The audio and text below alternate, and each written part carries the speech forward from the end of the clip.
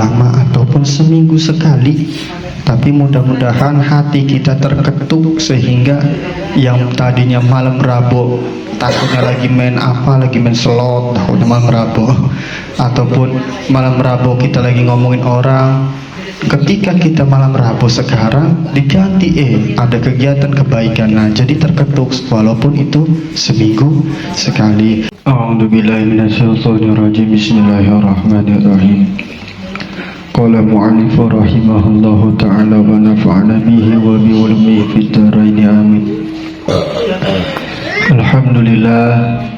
Alhamdulillahilladzi wa kafa wa salatu wassalamu ala sayyidina wa maulana Muhammadin al-Mustafa wa alihi wa sahbihi ahli sidqi wal wafa.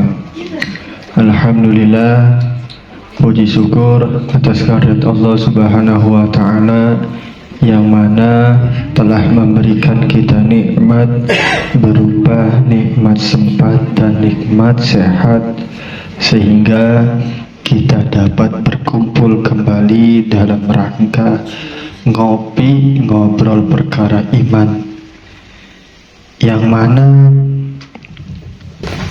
ngopi di sini atau ngobrol perkara iman dalam bentuk pengajian, yang pengajian tersebut yang dibaca yaitu Kitab Fathul Qorib. Alhamdulillah, kemarin telah menjelaskan tentang syarat-syarat sholat, terus tentang wajibnya orang yang sholat, dan apa yang disebut dengan sholat. Sekarang yaitu menjelaskan tentang fasal wa arkanus sholati samaniyata asyara ruknan. Jadi pasal yang sekarang Ki Musonib menjelaskan tentang rukun-rukun sholat. Ada berapa rukun sholat tersebut?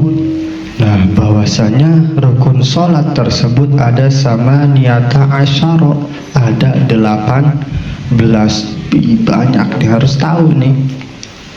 Kalau misalkan ketika kita sholat harus tahu rukunnya, karena ketika kita tidak tahu rukun dari sholat tersebut maka tidak sah sholatnya. Hati-hati. Nah, jadi rukun sholat itu ada 18. Ahaduha an-niyatu, yang pertama dari 18 tersebut yaitu adalah niat. Nah, tuh. Jadi pertama ataupun yang pertama di rukun sholat itu adalah niat. Kenapa kok niat duluan sih? Yang padahal ketika kita sholat pasti kan berdiri dulu. Kenapa nggak berdiri aja? Kenapa harus niat yang di pertama? Karena ketika kita hanya berdiri tanpa adanya niat, maka itu tidak disebut dengan sholat. Takutnya lagi berdiri aja, barang lagi kencing mojok, kan nggak tahu, nggak niat. Nah, maka dari itu jadi rukun sholat yang pertama adalah niat. Apa sih yang disebut niat? Yaitu qasdu syai'i muqtaronan bi fi'lihi, itu adalah niat. Niat adalah suatu memaksudkan atau meniatkan daripada tujuan kita, mau apa sih kita ini. Nah, tetapi dibarengi dengan pekerjaan tersebut. Ketika kita niat mau sholat, maka kita harus dibarengi dengan sholat tersebut. Jangan niat, saya niat sholat misalnya usholi fardul maghrib bisa, tapi nggak sholat. Nah, itu namanya bukan niat, namanya itu mengawur. Khusuk, terlalu khusuk. Nah, jadi rukun sholat yang pertama yaitu adalah niat. Nah, niat, apa yang disebut niat? Niat yaitu adalah qasdu syai'i muqtaronan bi fi'lihi. Jadi tempat niat tersebut adalah al-qalbu, di dalam hati, bukan menggertas atau mengucapkan. Kayak misalkan usholi fardhu subhi, itu bukan niat. Yang disebut niat itu adalah di dalam hati. Tapi talafud biniat ataupun melafazkan niat tersebut itu hukumnya sunnah. gimana kalau misalkan nggak diucapin? Nggak apa-apa. Cuma kalau kita ini masih remeng-remeng lah, maksudnya masih ragu, takut ketika tidak mengucapkan, hanya di dalam hati kita takut, ragu, yang ada diulang lagi itu. Nah, jadi dilafatkan itu maksudnya menguatkan daripada niat kita. Nggak apa-apa, disebutin aja niat, walaupun sunnah. Yang namanya sunnah itu bonus. Sunnah itu bonus. Jadi sayang amat ketika kita bekerja tapi kita tidak mendapatkan bonus. Itu pasti dicari bonusnya itu tuh. Kalau misalkan ini anggota dewan tanda tangannya lah, kan mahal, gajinya 10 juta misalkan, yang dicari tanda tangan tuh bonusnya tuh. Sekali tanda tangan 100 juta, mantep. Nah, itu mengerjakan sunnah. Itu sunnah, kalau melafazkan niat. Nah, jadi rukun sholat yang pertama adalah niat, dan yang kedua kata Ki Musonib yaitu wal qiyamu ma'al kudrati. Nah, jadi syarat sholat yang kedua yaitu berdiri itu, tapi kalau misalkan ma'al kudrati, kalau misalkan kitanya mampu. Kalau nggak mampu, duduk nggak masalah. Takutnya lagi sakit sariawan, sakit sariawan, nggak kuat berdiri gimana?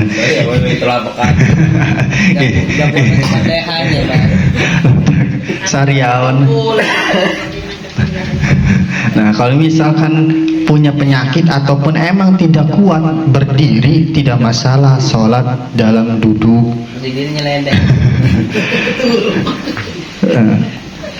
Kalau misalkan sholat di kapal itu bisa sambil pegangan itu. Kalau misalkan udah goyang-goyang itu sambil pegangan boleh. Karena itu takut kitanya berdiri gini geong, dikasih benang makan terbang nantinya. Udah goyang-goyang. Layangan kan udah goyang-goyang tuh. Nah, itu. Jadi rukun sholat yang kedua yaitu qiyam, berdiri.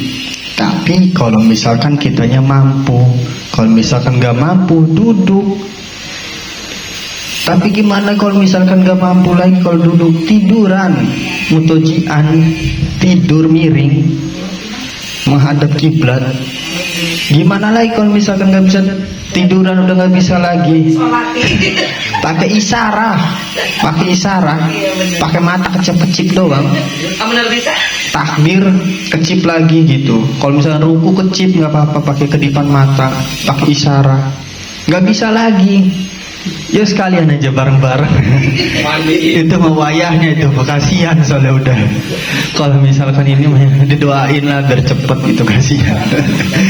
Kalau udah nggak mampu lagi, Kenapa sampai seperti itu? Karena yang namanya sholat itu kewajiban, wajib bagi orang Islam itu sholat. Wajib itu rukun Islam, sholat itu. Nah, makanya sampai dijelaskan boleh berdiri, kalau nggak mampu berdiri boleh duduk, kalau nggak mampu duduk boleh tiduran, kalau nggak mampu tiduran lagi nggak bisa ngucap, pakai isyarat, pakai mata doang kecipan. Kalau nggak bisa lagi, ya udah tinggal diukur aja badannya berapa. Tinggal diukur badannya, nanti dibantuin digali nasi padang. Nah, itu. Jadi kalau misalkan kita tidak mampu berdiri maka duduk. Kalau misalnya nggak mampu duduk, tiduran. Kalau tidak mampu tiduran, ya menggunakan isyarat. Nah, itu rukun sholat. Jangan mentang-mentang, waduh lagi sakit ini dengkulnya nggak bisa berdiri, takut sakit, geter ketika berdiri, duduk nggak masalah, nggak apa-apa. Waduh nggak bisa duduk, takut kakinya ngelipat, ininya segala sakit, tiduran nggak apa-apa. Nah, itu jangan menjadi alasan ketika kita meninggalkan sholat. Nah, itu syarat sholat yang kedua yaitu berdiri apabila mampu. Nah, rukun yang ketiga yaitu adalah takbiratul ihram. rukun sholat yang ketiga yaitu adalah takbiratul ihram. Apa sih takbiratul ihram itu? Apakah ketika kita ngangkat tangan? Nah, jadi takbiratul ihram itu fata'ayyanu 'alal qadiri binaki ayyakula Allahu akbar. Jadi yang disebut takbiratul ihram itu mengucapkan Allahu akbar. Mengangkat tangan itu hukumnya sunnah, tapi yang disebut rukun takbiratul ihram di sini adalah mengucapkan Allahu akbar sambil ngangkat tangan. Nah, itu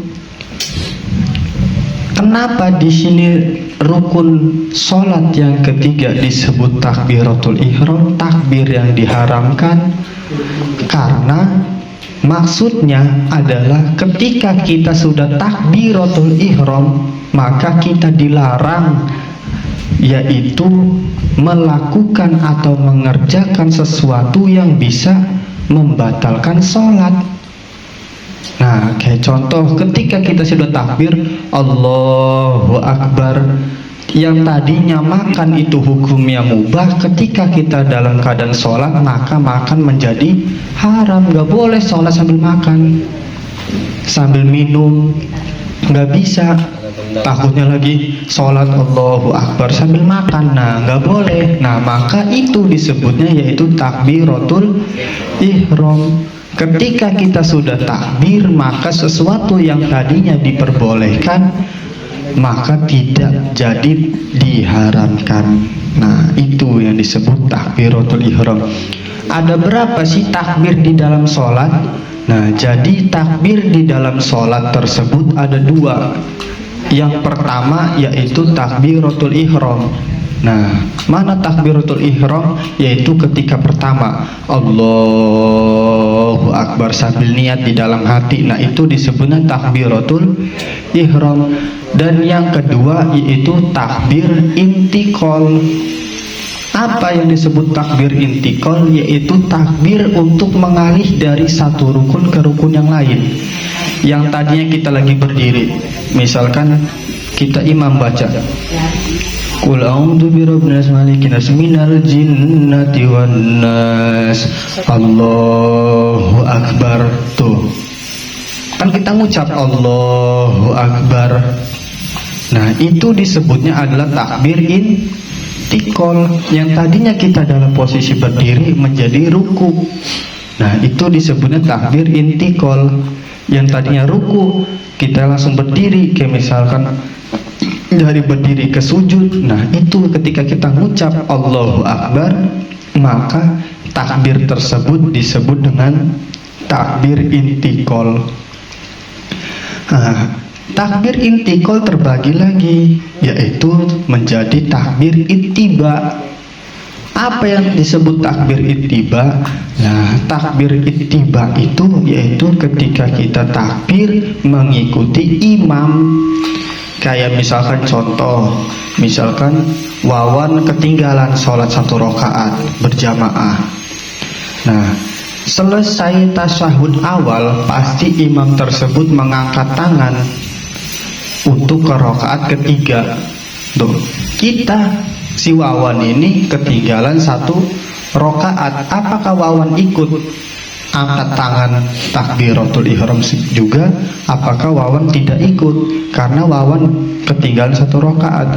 Nah, maka Wawan tersebut di situ harus ittiba ke imam, harus ikut mengangkat tangan. Nah, itu disebutnya takbir ittiba, mengikuti daripada imam.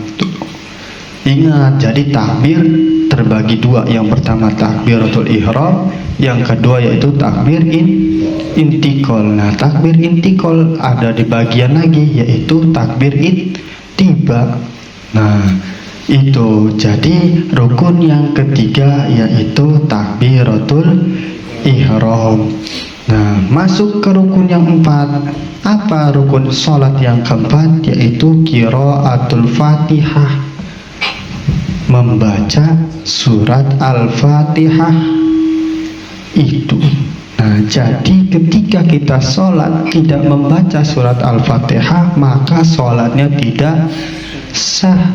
karena Fatihah tersebut yaitu masuk daripada rukun sholat.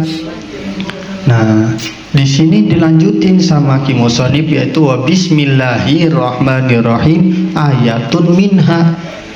Jadi harus membaca bismillahirrahmanirrahim. Karena apa? Bismillahirrahmanirrahim tersebut masuk dalam surat Al-Fatihah, dalam hitungan Al-Fatihah. Kalau misalkan daripada madhab Imam Syafi'i, kalau misalkan madhab Imam Maliki memang tidak membaca Fatihah. Ada yang membaca Fatihahnya secara sir, bismillahnya, bismillahirrahmanirrahim, alhamdulillahirabbil alamin. Nah, kalau misalkan kita Imam Syafi'i, maka bismillahirrahmanirrahim itu adalah bagian daripada surat Al-Fatihah. Maka kita harus membaca baca bismillahirrahmanirrahim, baik itu dalam keadaan sir ataupun dalam keadaan jahar. Kayak misalkan sholat maghrib kan harus jahar baca bismillahnya imamnya, bismillahirrahmanirrahim, alhamdulillahirabbil alamin. Nah, itu harus jahar. Kalau misalkan di dalam madhab lain emang ada yang membaca sir, tapi jangan aneh-aneh, takutnya kita sholat di luar jadi imam, disuruh jadi imam, tapi madhab tersebut beda dengan madhab kita. Kuat langsung bismillahirrahmanirrahim. Dimarahin orang, ada sesatin berarti beda. Orang yang di belakang udah senggol-senggolan itu yang makmum kata, kok beda ini berarti ya? Kata kok beda ini berarti. Bareng sholat subuh pasnya, bareng imamnya maca doa kunut, udah ini nggak beres katanya. Kata jamaah udah pergi-pergi katanya. Nah, jadi harus menjaga daripada adab bermadzhab tuh. Nah, jadi rukun sholat yang keempat yaitu membaca surat Fatihah. Nah, orang dulu itu sebenarnya bahasanya kecil. Orang dulu tuh si ngaji meranakah wong bisa-bisa baca Al-Fatihah takut tuh. Ngaji sana yang penting bisa baca Al-Fatihah. Nah, diartiin sama orang sekarang beda-beda arti itu. Ada yang bilang yang katanya yang penting bisa baca Al-Fatihah, bisa doang. Salahnya orang sekarang mah. Yang penting bisa baca Al-Fatihah. Tapi maksud orang dulu yang penting bisa baca Al-Fatihah itu bisa makhraj hurufnya, bisa ilmu tajwidnya, bisa sifat hurufnya. Nah, itu yang dimaksud dengan orang dulu tuh. Kan ada sih orang dulu mah kayak misalkan ibu-ibu tua-tua misalkan bilang sih ngaji sana bisa baca Al-Fatihah ta, bisa baca bismillah ta katanya. Yang sebenarnya itu dalam arti itu omongan itu tuh. Maksudnya bisanya bisa makhraj hurufnya, bisa sifat hurufnya, bisa ilmu tajwidnya. Itu kan susah. Kalau misalkan bisa Al-Fatihah doang, anak kecil lagi bisa kayaknya bacanya doang mah. Kayak misalkan mau doa pulang, a'udzubillahi minasyaitonir. Itu kan bisa kan apal. Nah, tapi yang bisa menurut orang dulu tuh emang susah orang dulu tuh. Sambil perang aja ngomong kayak gitu. Kan orang dulu mah perang, tapi ada aja ceritanya. Nah, ngaji gitu berbelanda. Ngaji jadi berbelanda dengan si Ubay. Baru bismillah berdor kan. Baru salim dong mau ngaji. Baru keluar dari rumah ustadznya katanya. Dari Alif Bata udah di surga. Enggak penting kalau meja. Kayak dalam orang dulu. Nah, itu jadi membaca surat Fatihah. Bagaimana cara membaca surat Al-Fatihah ketika dalam keadaan sholat? Nah, jadi membaca surat Fatihah itu tidak boleh terputus dalam jangka waktu lama. Harus mualah, harus berulang-ulang. Maksudnya yaitu tidak boleh mengambil napas lebih daripada satu napasan atau dua. Kalau misalkan dua masih boleh karena takut. Nah, itu dijelaskan di dalam kitab Nihayatul Zen. Ada bahwasanya ketika kita membaca Al-Fatihah tidak boleh mengambil napas terlalu lama. Kayak contoh, Bismillahirrahmanirrahim, Alhamdulillah. Nah, itu berarti mengambil napas 3 kali. Itu tidak bisa. Alhamdulillahi Rabbil Alamin, Ar-Rahmanir Rahim. Nah, tapi yang boleh ketika lama itu harus mengambil napasnya 1 kali doang. Kayak contoh, Alhamdulillahi Rabbil Alamin, Ar-Rahman. Nah, itu mengambilnya 1 napas. Jadi tidak boleh mengambil napas 2 kali atau lebih dari 3 kali ke atas. Nggak bisa, karena itu bisa merusak daripada rukun membaca surat Fatihah. Nah, itu dijelaskan di dalam kitab Nihayatuz Zen karangan Imam Nawawi. Sampai segitunya membaca Al-Fatihah. Nah, udah beres tersebut membaca surat Fatihah. Dan yang selanjutnya yaitu ruku. Rukun sholat yang selanjutnya itu ruku. Lupa, ya Allah, takbir harus, ya walaupun ini takbir harus dipraktekin dulu yang mana biar ada ininya, biar nyambung sanadnya. Ketika takbir, tangan, kalau misalkan laki-laki, tangan harus kebuka tangan. Misalkan kebuka itu dalam arti tidak boleh rapat gini. Ketika takbir harus ngangkat gini. Ini jempol harus menghadap daripada telinga. Allah. Nggak boleh ngerapat gini. Allah. Karena perbedaan antara laki-laki sama perempuan, kalau misalkan laki-laki terbuka harus mengangkat Allahu Akbar. Tangan nggak boleh rapat gini. Tangan ini harus ngebuka sedikit menurut urf ataupun umum, tidak bisa gini nggak boleh, tapi harus kebuka sedikit menurut umum saja, maksudnya kebukanya nggak terlalu melebar gini, tapi nabok gitu. Nggak beda ini. Nah, jadi harus ngebuka sedikit, tidak boleh rapat gini, tidak boleh terlalu lebar ataupun nyakar gini. Ada diasta. Jangan nyakar. Kali stroke ya, Mas. Kalau stroke ya wajar karena penyakit. Tapi mengangkatnya harus kebuka, mukasab secara urf ataupun umum, sedikit saja. Allah, kebuka ini. Jangan terlalu gini. Olahraga nanti gini-gini. Yoga ya. Sebelahnya Takutnya yang sebelahnya kena senggol gitu. Apa gitu. Sangatnya ada berantem kan beda. Jadi secara umum aja lebarnya Allahu Akbar. Nah, itu laki-laki. Kalau misalkan perempuan, tangannya baru ngerapat. Kalau perempuan nutup gini. Allahu Akbar. Enggak gini, tapi ditutup kalau perempuan. Gini Allahu Akbar. Ditempelin daripada ini nempel ke bagian sini. Iya, gitu. Ke bagian ataupun bagian daripada ini Sayap. bagian sayap. Gagak. Suwiwi. Kalau suwiwi belakang sini kan masih gini. Bagian sini nih harus nempel.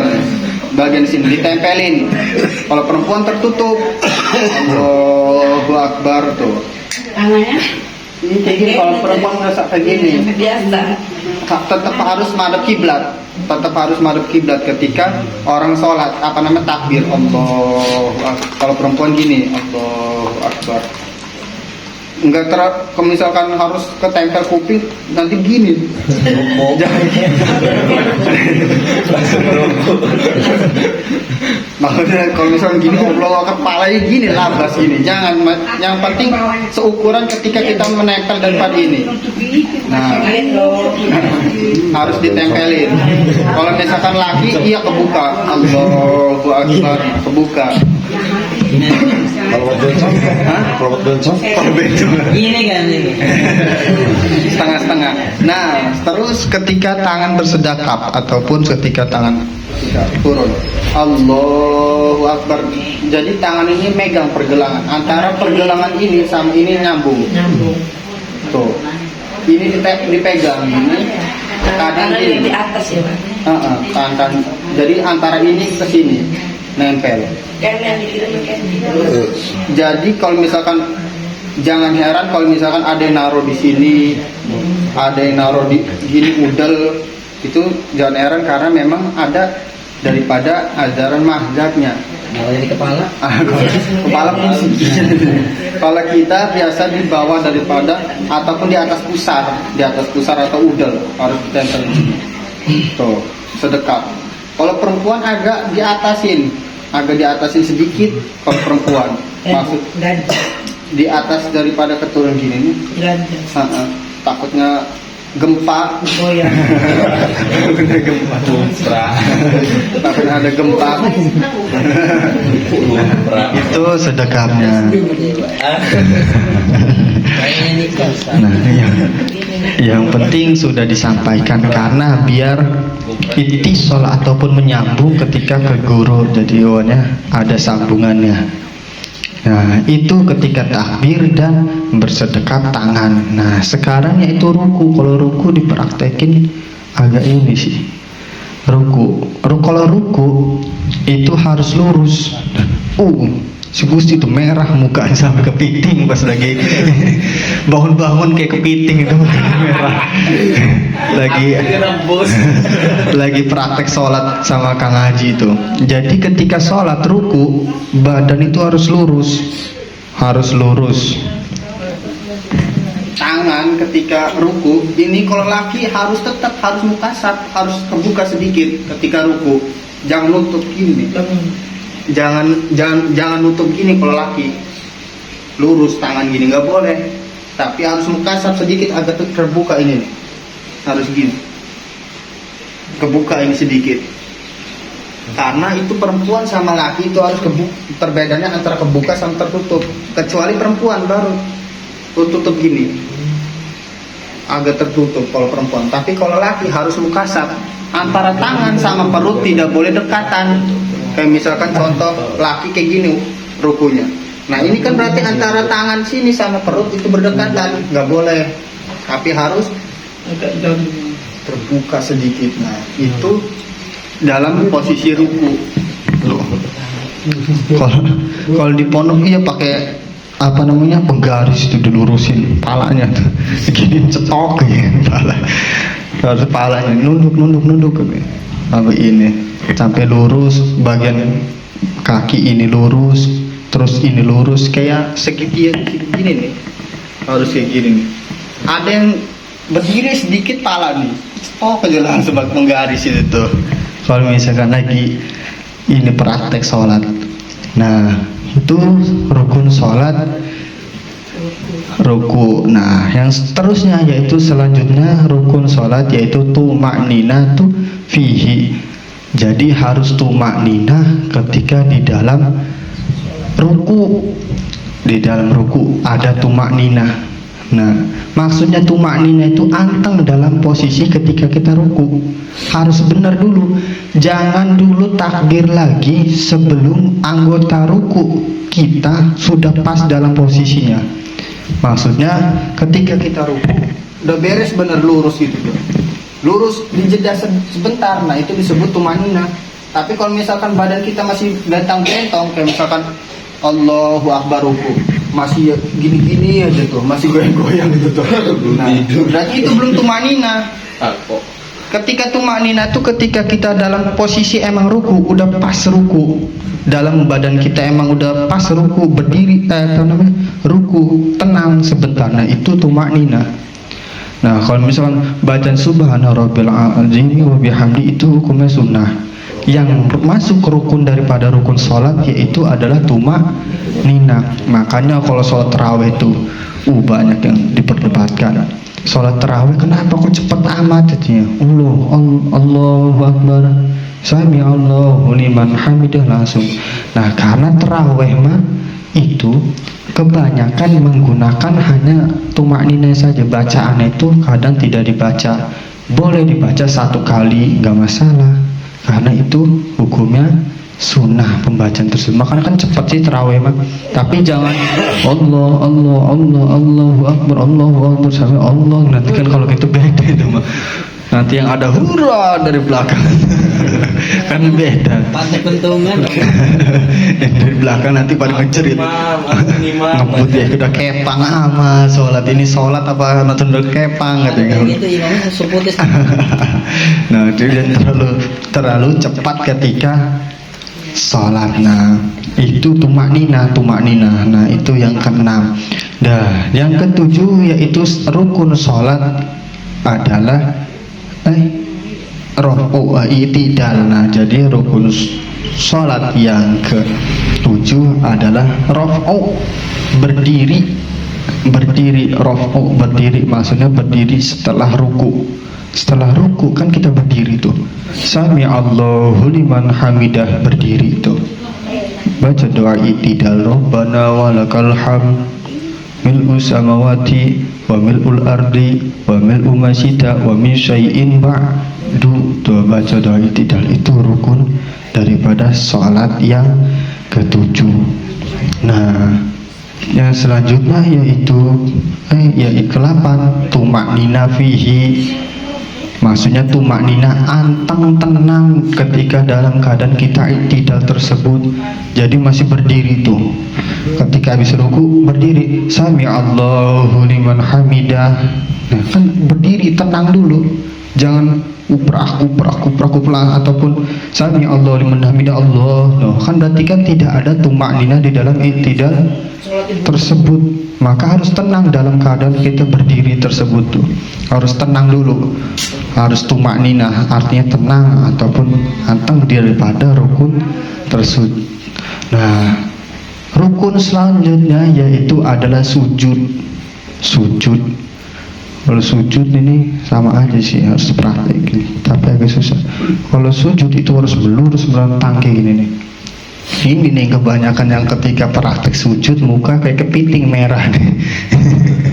Karena antara kaki ini nggak boleh ngebengkuk, harus lurus. Pantat, antara pantat ke kaki harus lurus, badan gini.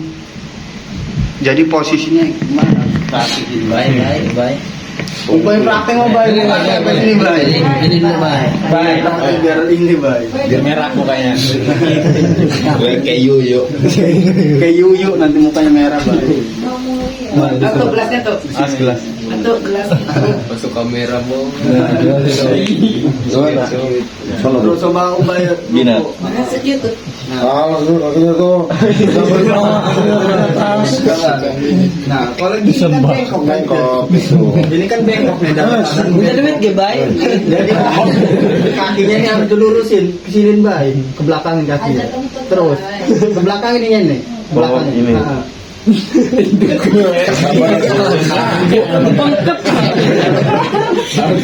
Nah, ini sedikit lagi nih, belum terlalu lurus, agak ke belakang dikit. Nah, ini jadi tutup. Pas dia di belakang ada kepala orang gempet. Agak kebuka dikit. Nah, jadi ini posisinya ini harus lurus. Harus lurusin gini. Posisi harus lurus, nggak boleh ngedekat. Nah, tangan ini nggak boleh dekat sama perut. Ini antara kuku atau paha dengan perut nggak boleh dekat. Nah, tuh harus berjauhan antara perut sama paha. Ini lurus gini tuh. Nah, kayak gini nih cara coba bangun baik. Ngapa? Mukanya masih merah kerasa. Jarinya kamu set jarinya. Nah, belum beres. Itu baru ini doang baik. Nah, berdiri lagi, sujud lagi salah lagi kan. Nanti diulang kayak gitu. Besok dikasih garis ini baik. Bener nih baik. Lurus ini. Hanya agak dikit. Baik. Engkau sudah sholatnya berkusuk kira-kira. Jadi tangan ini nggak boleh maksudnya nggak boleh terlalu lebar kayak gini, agak dirapetin tangannya, agak dirapetin. Kan dia sujud itu. Ini harus nih tangan ini berjajar dengan kuping. Ini Bay, maju dikit Bay. Kupingnya Iyun. Jangan kuping Iyun Bay, jauh Iyun mah. Ini jangan terlalu gini Bang, antar ini nih. Itu bayu ribet. Besok nggak sholat lagi. Kayak gitu Bay. Jadi dari ini berjajar sama kuping. Nanti kalau dari sini dia sok bingung. Bikin Nah, agak itu. Nah, kalau ini sujud laki, nah ini betul. Makanya kenapa orang Terus bangun ketika baik. sholat disebut Sakit loh, baik. palanya susah, palanya berat ketika sholat. Nah, karena ini ketika kita dalam keadaan sujud, palanya serasa darah banyak turun angsuran. kepala semua. Banyak angsuran. Udah dibukul kepalanya. Makanya ketika kita sholat disebutnya pala itu kayak seolah-olah katanya kenapa sih Sujud kepalanya berat. Makanya disebut ketika orang yang nggak pernah sholat ataupun yang nggak pernah sujud kepalanya berat itu, ataupun males karena berat. Nah, karena ketika kita sudah sholat itu olahraga badan yang paling sejati, yang murah. Olahraga badan yang paling murah, yang paling hemat aja. Nggak perlu ke ini lagi, nge-gym lagi, nggak perlu apa namanya ke pahoman lagi, jogging tuh kan. Karena apa? Ketika kita sholat, dari berdiri, ketika ngangkat tangan, ruku harus lurus. Jadi boyok ini seolah-olah enak bener. Enak kita mau sujud. Tapi jangan ketika suruh sholat ketika ruku olahraga badan, ditekukin ke badannya sampai bunyi petak. Jangan terlalu gitu. Nah, itu karena ketika kita sholat itu adalah olahraga badan yang paling utama. Nah, itu olahraga badan. Nah, kalau misalkan perempuan itu harus rapet. Nah, kalau tadi itu laki-laki tangannya, tapi kalau misalkan perempuan harus rapet. Jadi akhirnya Nah, terus yaitu rukun sholat yang selanjutnya dan yang terakhir pada malam hari ini yaitu tumaknina fihi, yaitu tumaknina di dalam sujud tersebut. Harus tumaknina, harus tenang. Maksudnya harus pas dulu nih antara sujud nih, apakah anggota sujud kita udah ada yang ketinggalan nggak ya? Karena anggota sujud yang harus disujudkan itu ada 7. Yang pertama jabhah, nih batok sini nih. Makanya pakai peci jangan gini, pakai peci itu jadi tutupin, karena nutupin daripada tempat persujudan kita kayak pala gini. Nah, maka yang disujud adalah peci. Nah, maka harus dibuka. Ini yaitu bagian anggota badan yang harus disujudin ataupun yang terkena tempat sujud. Pertama yaitu jidat, jabhah, batok bahasa ini. Dan yang kedua yaitu telapak tangan kanan sama kiri. Jadi nggak boleh gini, sujud gini nanti tangannya macan. Harus ditempelin tangan karena itu tempat sujud dong. Jadi harus ditempelin semua, harus terkena kanan sama kiri. Berarti 3 kan udah. Nah, terus selanjutnya itu dengkul harus kena tempat sujud, harus terkena sujud. Berarti sudah 5. Nah, 2 lagi itu bagian dalam. Nih, bagian dalam dari kaki. Nih, ini nih. Jadi sujud jangan kayak gini nih kakinya, kayak mau. Jadi muter-muter gini nih, ditempelin, didengkek begini, didengkek kayak gini. Iya nih. Ketika sujud. Nah, karena ini nih, itu bagian daripada yang harus kita bersujud. Tuh, ini sama saja kayak sujud kan, tuh harus sujud. Pasti menghadap kiblat semua nantinya jadinya. Menghadap kiblat semua kan, jadi mencorong kata kiblat, mantep nih katanya. Ubay kata udah nggak mau sholat lagi lah, pusing. Wah, sujudnya palanya sakit bener katanya. Nanti pada susah. Nah, itu baru rukun Islam kan, rukun sholat yang ke-12. Belum ya 12, yang ke-10. Nah, masih ada 8 lagi, tidak terlalu lama ataupun seminggu sekali. Tapi mudah-mudahan hati kita terketuk sehingga yang tadinya malam Rabu takutnya lagi main slot, takutnya malam Rabu, ataupun malam Rabu kita lagi ngomongin orang, ketika kita malam Rabu sekarang diganti ada kegiatan kebaikan. Nah, jadi terketuk walaupun itu seminggu sekali. Alhamdulillah. Mohon maaf apabila ada kesalahan. Billahi taufiq wal hidayah.